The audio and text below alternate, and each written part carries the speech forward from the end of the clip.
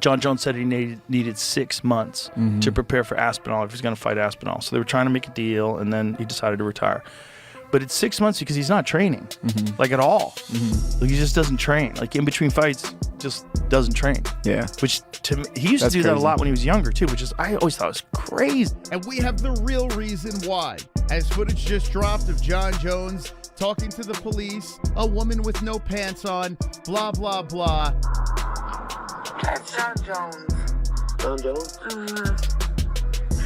He was the one driving the vehicle. John Jones is officially retired, but disturbing new body cam proof has revealed the true cause for his sudden departure. Jones is seen chatting to police in this never-before-seen video while dealing with a tense situation involving a woman wearing no trousers. Where'd he go? Where'd he go out from me? I have one of the drivers leaving the scene on foot, heading westbound on Lomas.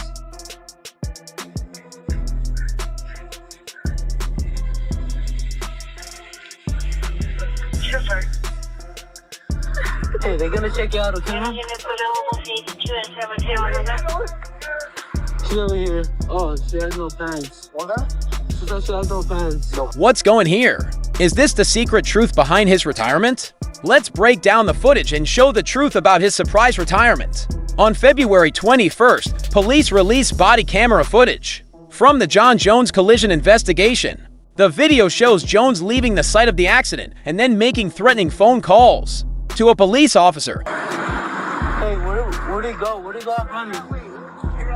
I have one of the drivers leaving the scene on foot, heading westbound on Lomas. He fled the scene on foot.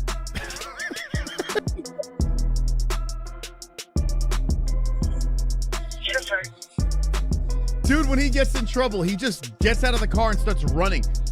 What the fuck? Hey, they're gonna check you out, okay? She's over here. Oh, she has no pants. She said she has no pants. No pants. Okay, that's fine. Can we ask what's going on?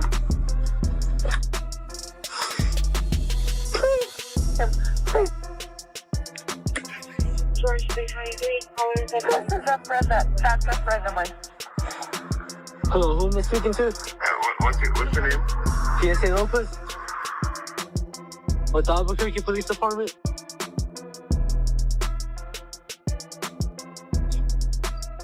How many guys you guys out there with you? Don't worry about them, man. Were you the one driving the vehicle? John Jones flees following a car collision, and the woman involved tells the officer to speak with her friend if they want to know what happened. The cop then turns to John, and the scene unfolds after the tape was revealed. John's lawyer made a statement calling the entire affair ludicrous and denied that John was involved in any wrongdoing. However, the video speaks for itself, and the debate only grows. My brothers attacked the trees, sisters, cell phones. He was the one driving the vehicle. They're slick girls. Those are the most people you ever meet.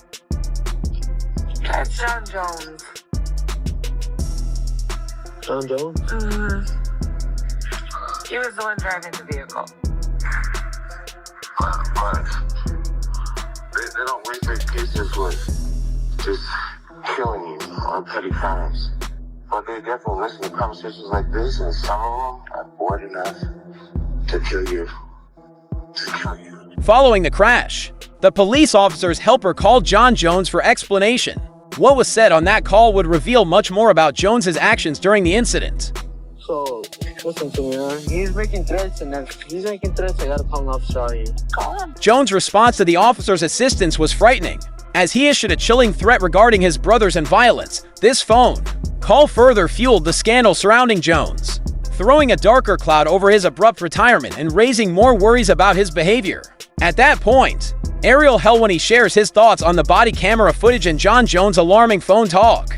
To a police officer's aide, Helwani, noted for his perceptive analysis, analyzes the situation, noting how upsetting the entire interaction is. He also suggests that this isn't Jones' first run-in with the law, adding to the complexities of his retirement and public image. You hear the threats talking kind of just like I guess, just like sort of just like mumbling through it. Like my brothers have killed for less. Yeah. Everything like that. Just sort of an odd video that comes out, and this is something, obviously. The court of law is going to handle this. This is something that has happened to Jon Jones before. Helwani underlines the video's unusual and unnerving nature, stressing how Jones' threats come out as almost casual. He knows that this is a serious legal situation, and the court will have to decide the outcome. Furthermore, Helwani notes that this isn't Jones' first encounter with the police, implying that his earlier behavior may have led to the current problem as the problem progresses. Helwani emphasizes the importance of taking a step back and allowing the legal system to work. He emphasizes that, while the public can make judgments, it is eventually up to the courts to determine Jones' destiny. Helwani keeps a cautious approach, focusing on the judicial proceedings rather than speculation. What we can do is just wait and see what happens in the court of law and whether or not he is convicted of what he's. Helwani urges patience, admitting that, while the situation is unpleasant, the final decision is in the hands of the legal system. He emphasizes that Jones' future, both legally and professionally, remains uncertain until the court decides. Michael Bisping talks the aftermath of Jon Jones' retirement, as well as the peculiar circumstances surrounding the occurrence, which may have influenced his choice to leave the sport. Bisping refers to police tape that has recently surfaced, implying that Jones may have been involved in a confrontation with the law, creating a more tangled narrative surrounding his resignation. He's not fighting Tom Aspinall. He's walked off into the sunset after a glorious career. And of course, right after he walks away, we find out about the latest trouble with the police. The police footage has been revealed. Jon Jones allegedly was making threats, and we're going to get into all of that stuff in just a little bit. Bisping emphasizes the date of Jones' retirement in relation to the newly released tape, underlining how the discovery of his participation in a police confrontation casts doubt on his retirement. The combination of Jones' departure from the sport and the accompanying police incident unnerves Bisping, who thinks Jones' exit was motivated by legal difficulties more than a desire to quit. Bisping highlights Tom Aspinall's growing challenge. In the heavyweight class, Bisping, ever the competitor, isn't afraid to say that Jones' exit could be linked to the mounting danger Aspinall posed. He also discusses the money problem, questioning why Jones would walk away from what could have been his biggest salary of his career. A few reasons why I think he walked away. Number one, of course, the threat of Tom Aspinall. That's just a fact, right? We know he's big, agile, fast, quick. The man can do it all. He's incredible. He's a finisher, yada, yada, yada. You know all that.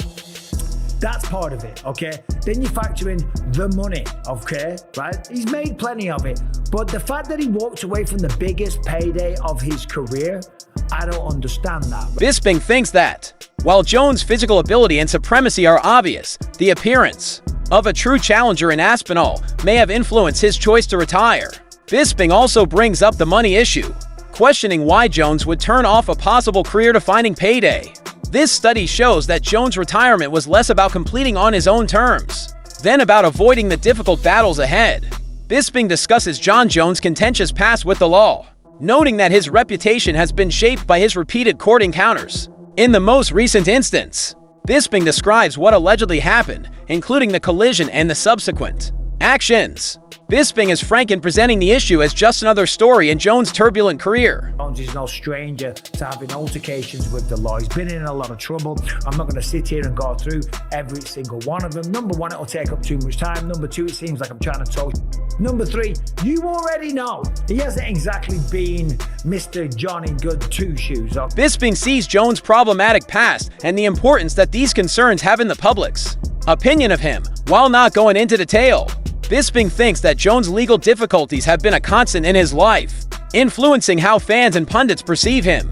This backdrop demonstrates that Jones' decision to retire is driven not only by his career in the cage, but also by the personal controversies that have accompanied him throughout his journey. As the situation surrounding Jon Jones' retirement continues to unfold, fighters and observers alike have chimed in on what caused his abrupt departure, while many, including Michael Bisping and Ariel Helwani, are left to wonder about Jones' reasons and timing. Others, such as Stephen A. Smith and Daniel Cormier, are focused on the impact Jones' exit will have on the heavyweight division. From legal issues to financial prospects, the aftermath of Jones' retirement is being examined from every angle. leaving fans wondering what would have happened had Jones stayed in the game. As you say, Molly, Yeah. he's the greatest, but what are we talking about? Possibly, people are saying possibly is because he's ducking somebody. That's not good. That's not good. Don't retire because guess what? There's not really a fight out there that you're interested in. This guy irritates you, so to hell with it. I'm not gonna give him the privilege to fight me. It ain't about that. That audience out there who loves you, who recognizes your unquestionable greatness. We wanna see you handle this guy. Yeah, and Stephen A., to your point, this isn't boxing, this is the UFC, and Dana White's not going to have that and not going to allow him. Stephen A. Smith, known for his outspoken opinions, considers the wider ramifications of Jon Jones' retirement. Smith is not only angry that Jones is leaving the sport. I'm not going to accuse the greatest mixed martial artist I've ever seen in my life in Jon Bones Jones. I have that much admiration for him or whatever. Having said that, I'm incredibly disappointed with this new. And that's the fight that people want to see. Give us the fight that we want to see. What do we complain about with boxing? We complain about promoters and others getting in the way of us getting the fights that we want to see when we want to see it. Or he'll say, to hell with you. I'm not going to give you the privilege of fighting me because that fighter annoyed him. As opposed to looking at the audience out here, spanning millions and millions of people who recognize your greatness and want to see you against this guy who's been calling you out for the longest time. Handle it. Handle it, then retire if you want to. He wonders if Jones has wrecked what could have been the most important legacy in combat sports. History. This is more than merely Jones' choice to quit. It's about the fight he never had and how that single choice could ruin his career in the eyes of fans and critics. Did Jon Jones in some way ruin a legacy that could have been the greatest in combat sports of all time? And here's my answer to that. The only reason, One of the best of all time. Here's my answer to that. The only reason it's in danger of being tarnished is because he didn't take this fight. Because we haven't been thinking about the past transgressions. We've been thinking about this fight. And the fact that he's not fighting this guy, and it's believed, like the great DC himself is saying, yo, he's walking away. Smith claims that Jon Jones' legacy is now tarnished by his choice not to fight Tom Aspinall. He thinks that Jones' previous blunders could have been forgotten if he had only stepped into the octagon for this one bout. Smith thinks it is detrimental to Jones' legacy because fans and pundits assume he is retiring in order to avoid meeting Aspinall. Chael Sonnen, a fighter who is no stranger to controversy, discusses the build-up to the likely bout between Jon Jones and Tom Aspinall. Stressing the lack of momentum and communication surrounding the contest, Sonnen highlights the fight's stillness and how it gradually lost momentum. He emphasizes the lack of any genuine talk regarding this highly anticipated fight. Sonnen expresses his surprise that a battle so closely related to the future of the heavyweight division has fallen into obscurity, a situation that has left many wondering why this seemingly inevitable bout never transpired. Mention of Jones and Aspinall in the match that isn't gonna happen. Nothing. Not a peep on any heavyweight that is trying to bump into the seat that Jones had and stand across from Aspinall. Not one peep. That surprises. Sonnen underlines the total absence of talk surrounding the highly anticipated Jones-Aspinall matchup. Despite the fact that the heavyweight division was in upheaval, there was little anticipation about the fight or any strong candidates to face Aspinall. Sonnen's silence is shocking and represents a squandered chance to provide the fight fans we're hoping for. Sonnen goes on to comment on how quickly his excitement for the bout evaporated. He compares it to past matchups that produced a lot of buzz and had fans, boxers, and promoters all working together to make the fight happen. However, the fight between Jones and Aspinall lost its charm over time. Sonnen says that the lack of movement and solid planning made the once promising bout appear less likely to happen, leaving fans unsatisfied. The Aspinall Jon Jones fight lost steam over time.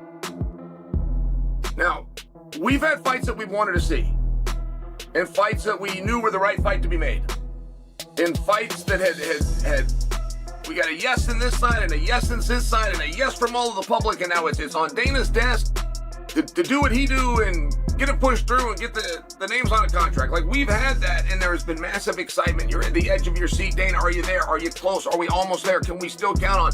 What do you think? Is it going to be next month? Will it be International Fight Weekend? Are we going to New York like these rumors that are coming out there? That just never happened. It never happened for this fight. Sonnen discusses how, despite the original excitement, the hoopla around the Jones-Aspinall battle faded. He compared it to other high-profile fights in which combatants, promoters, and spectators were all on the same page, excitedly expecting a signed contract. In the instance of Jones and Aspinall, their enthusiasm faded into doubt. With rumors and delays finally preventing the fight from taking place, Sonnen's message is clear. The enthusiasm was obvious, but the fight never materialized due to a lack of dedication and initiative. Meanwhile, Smith shares his amazement when Dana White stated Aspinall's willingness to fight Jones, as well as the implications of Jones' choice to retire rather than accept the offer. Smith is disappointed as a fan of the sport to see such a famous warrior walk away. No, White came to me and told me, look, Aspinall wants that guy. I hadn't even heard of Aspinall. I watched him a couple of times. If he's really retired, I was like, man. I say, Molly, he's the greatest, but what are we talking about? Possibly, people are saying possibly is because he's ducking somebody. That's not good. That's not good. Smith expresses grief as a fan, noting Jones' love for the sport and how his retirement leaves a sense of unfulfilled promise. He's clearly saddened by the possibility that Jones withdrew to avoid fighting a worthy opponent like Aspinall.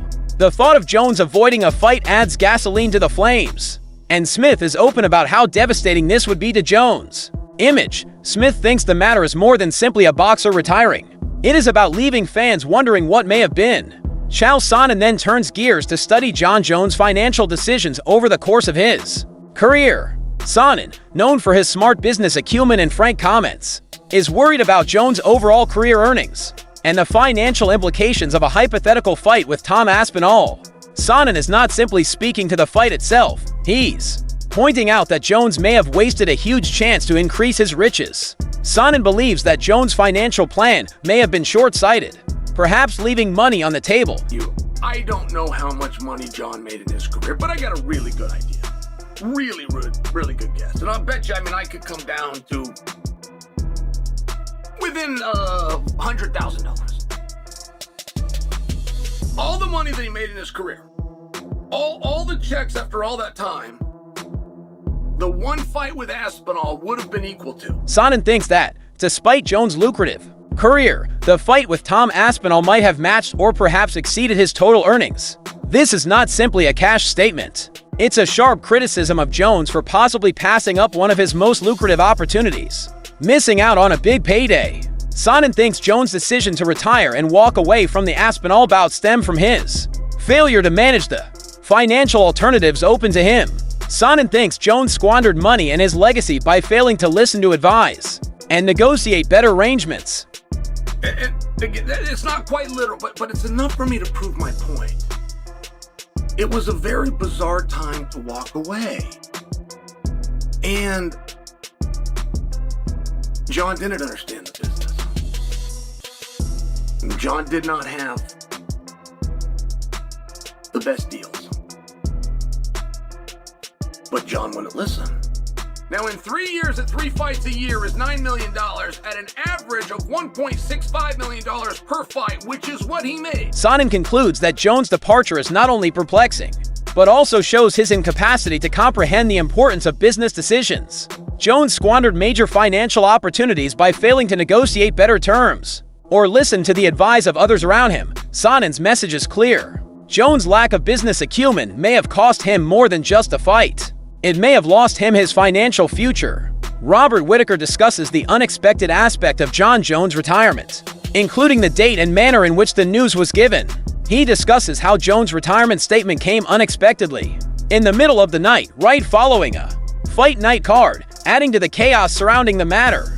Whitaker also talks the legal difficulties that quickly developed, complicating the retirement news. This chaotic circumstance unsettles Whitaker, and his response shows his dissatisfaction with how the incident unfolded. Whitaker shows dissatisfaction and unhappiness with the way Jon Jones' retirement was handled. Whitaker was apprehensive about the situation due to the unexpected timing and related legal problems. He chooses not to become embroiled in the nasty controversy surrounding Jones' departure from the sport. Despite Whitaker's unwillingness to discuss Jones' retirement, he turns gears when questioned about Tom Aspinall, the newly minted heavyweight champion. Whitaker is eager to speak about Aspinall's progress, acknowledging the talent and dedication that added to his triumph. Whitaker's compliments for Aspinall suggest that, while he is staying out of the Jones dispute, he is proud of the new champion's accomplishments. Whitaker shows his admiration for Tom Aspinall, recognizing him as the heavyweight champion even before his official coronation. Whitaker emphasizes Aspinall's solid performance and constant dominance, suggesting that Aspinall was already champion based on his deeds in the division. Whitaker's response shows his confidence in Aspinall's credibility as a title holder, regardless of the circumstances underlying Jones' exit. Tom Aspinall responds to Jon Jones' surprising retirement with a mix of cynicism and confidence. Aspinall, known for his loud attitude and forthright approach, is not shy about sharing his thoughts on Jones' departure from the sport. He takes advantage of the chance to mock Jones, calling his resignation expected and claiming that Jones' rise to fame was the result of avoiding major obstacles. Aspinall's statements show his opinion that Jones' retirement will free up much-needed space in the heavyweight division for new challengers. I mean, he held up the division for 2 years just to defend his belt against a pensioner and running from the interim champ. Aspinall cynically comments on Jones' retirement, suggesting that the incumbent champion evaded real heavyweight competition. He claims that Jones' dominance was predicated on battling aging boxers, and that his unwillingness to face young, eager challengers like himself led to Jones' final exit. Aspinall's strong statements established the tone for his stance on the subject. Jones' departure gives the opportunity for a more competitive division. Aspinall goes on to make a bold remark about how he foresaw Jones' retirement, reinforcing his belief that Jones would finally walk away without facing him in the cage. He also makes a clear attack on Jones' personal life, adding fuel to his criticism of the former champion's character. Aspinall's confidence shines through as he considers his own insight and the effects of Jones' departure on the heavyweight division. A year ago, I said, I will retire Jon Jones without even fighting him. And now look what happened.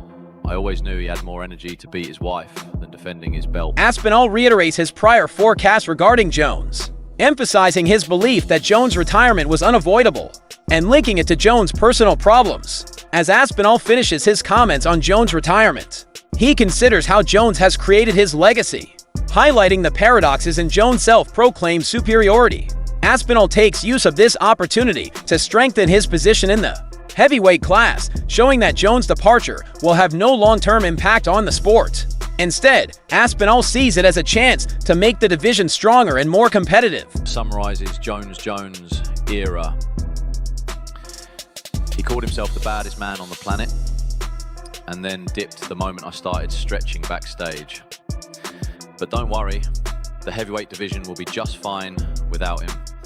In fact, it might actually be competitive again. Imagine. Aspinall concludes his remarks by criticizing Jones' self-proclaimed position as the baddest guy on the world, noting the irony that Jones left when a new rival like himself was on the rise.